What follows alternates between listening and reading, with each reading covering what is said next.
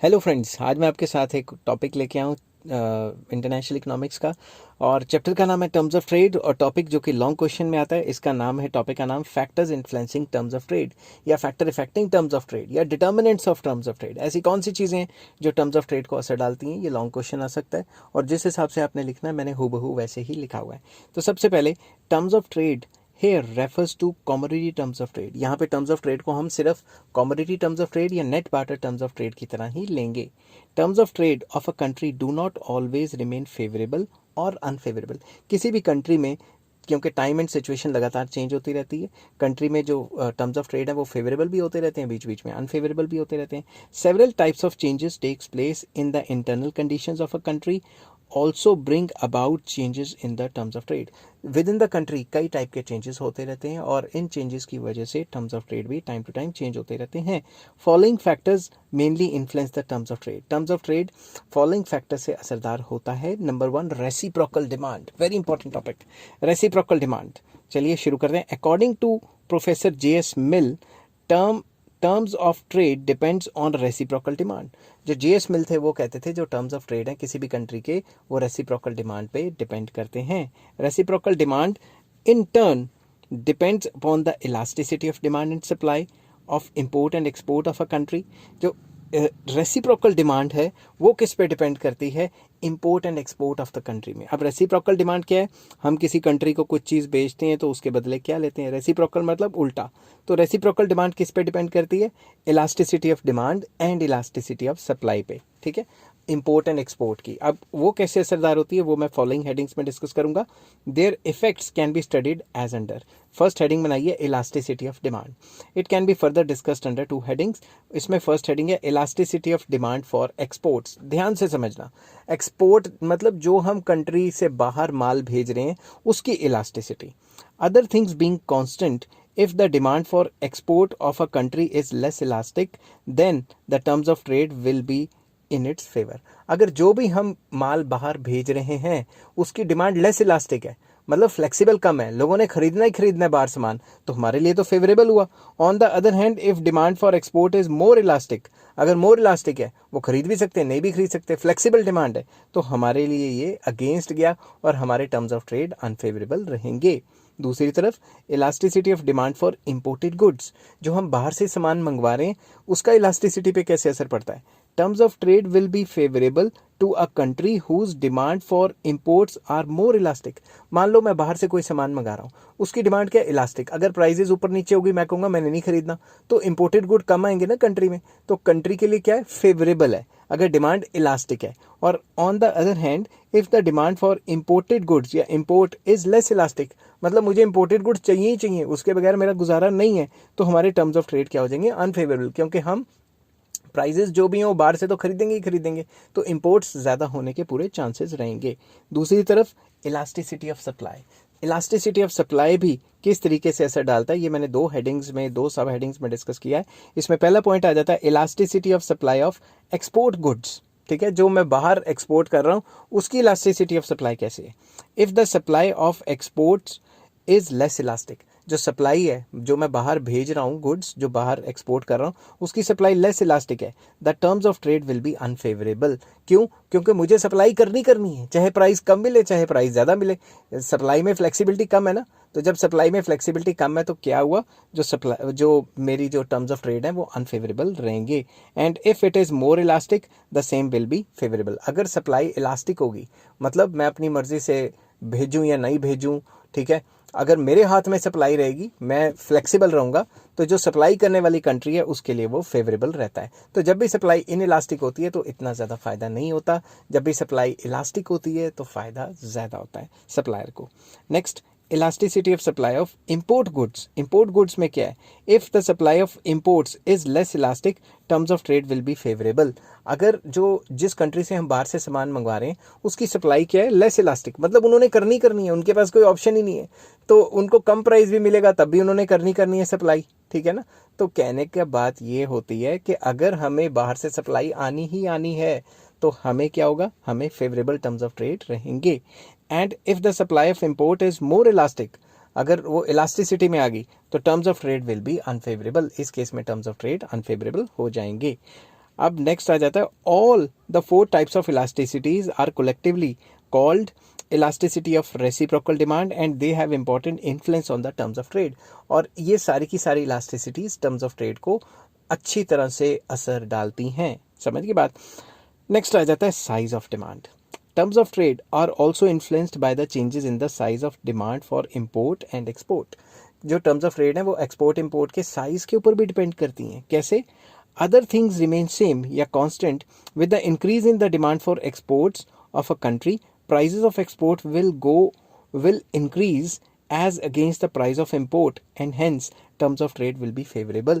अगर बाहर की चीज़ हम बाहर जो बेच रहे हैं, बाहर हमारी चीज़ की डिमांड बहुत ज़्यादा बढ़ गई तो हमारी चीज़ों के बाहर प्राइसेस भी बढ़ जाएंगे, और जब प्राइसेस बढ़ेंगे एज कम्पेयर टू इम्पोर्ट तो हमें तो फ़ायदा ही होगा ना, बाहर से ज़्यादा पैसा आएगा।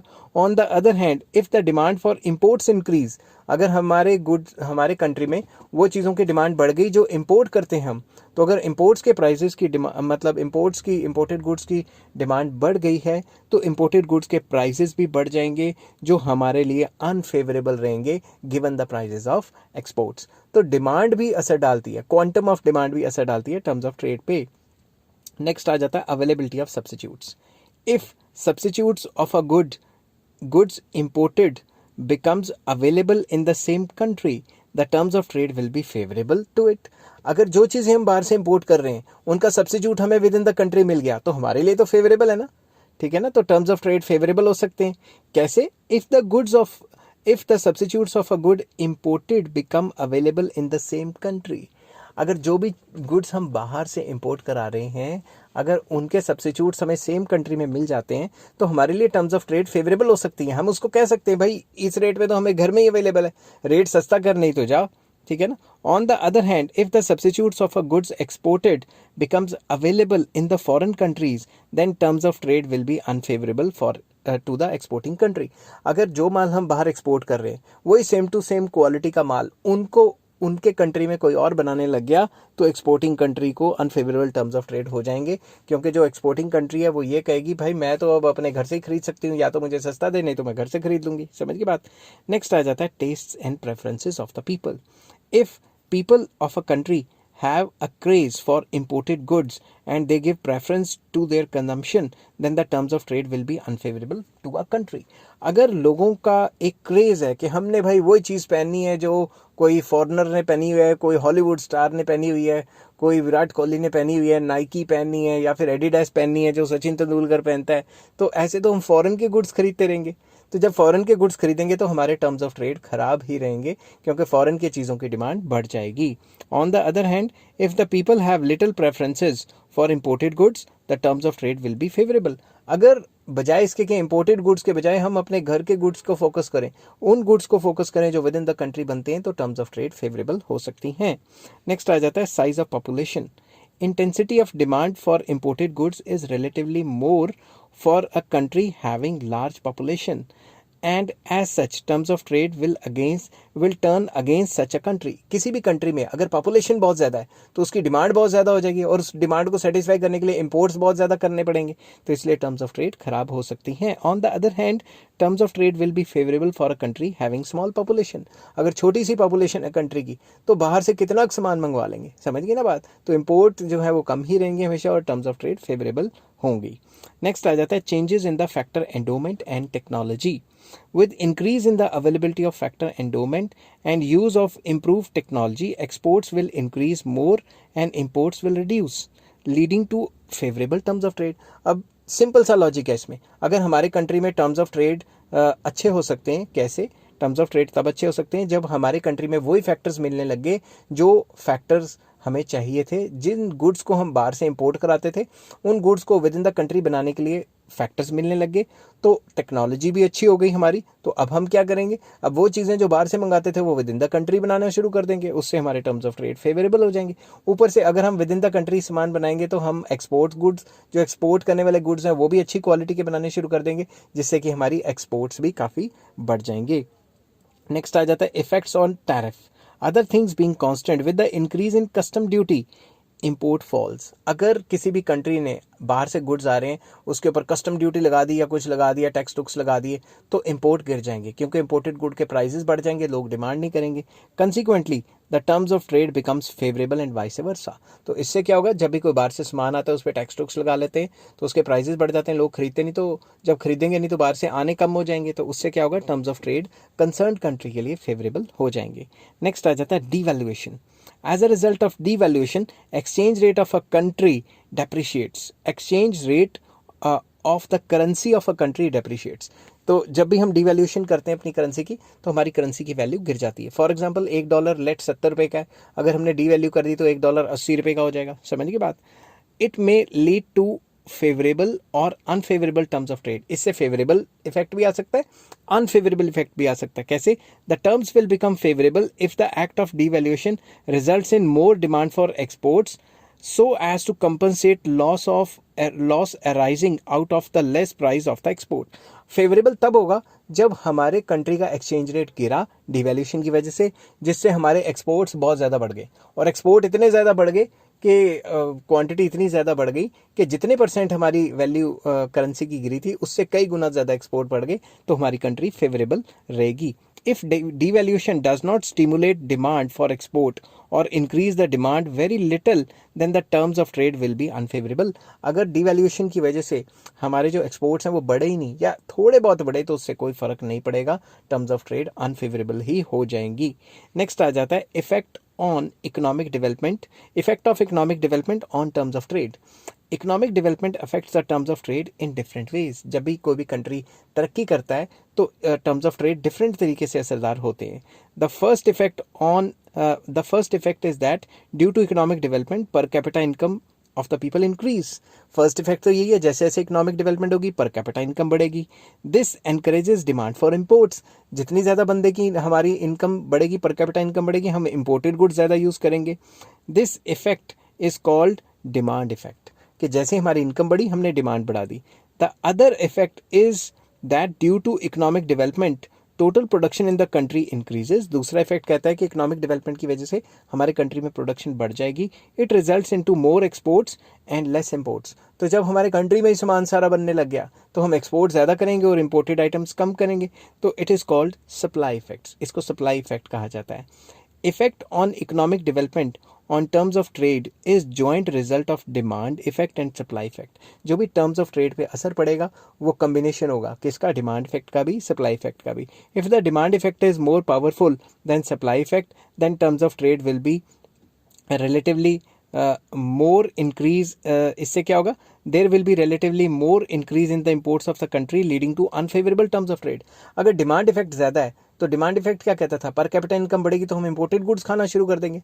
तो अगर डिमांड इफेक्ट सप्लाई इफेक्ट से ज़्यादा है तो टर्म्स ऑफ ट्रेड अनफेवरेबल हो जाएंगी, क्योंकि हम बाहर से काफ़ी सारा सामान मंगवा के खाना शुरू कर देंगे, इंपोर्ट बढ़ जाएंगे।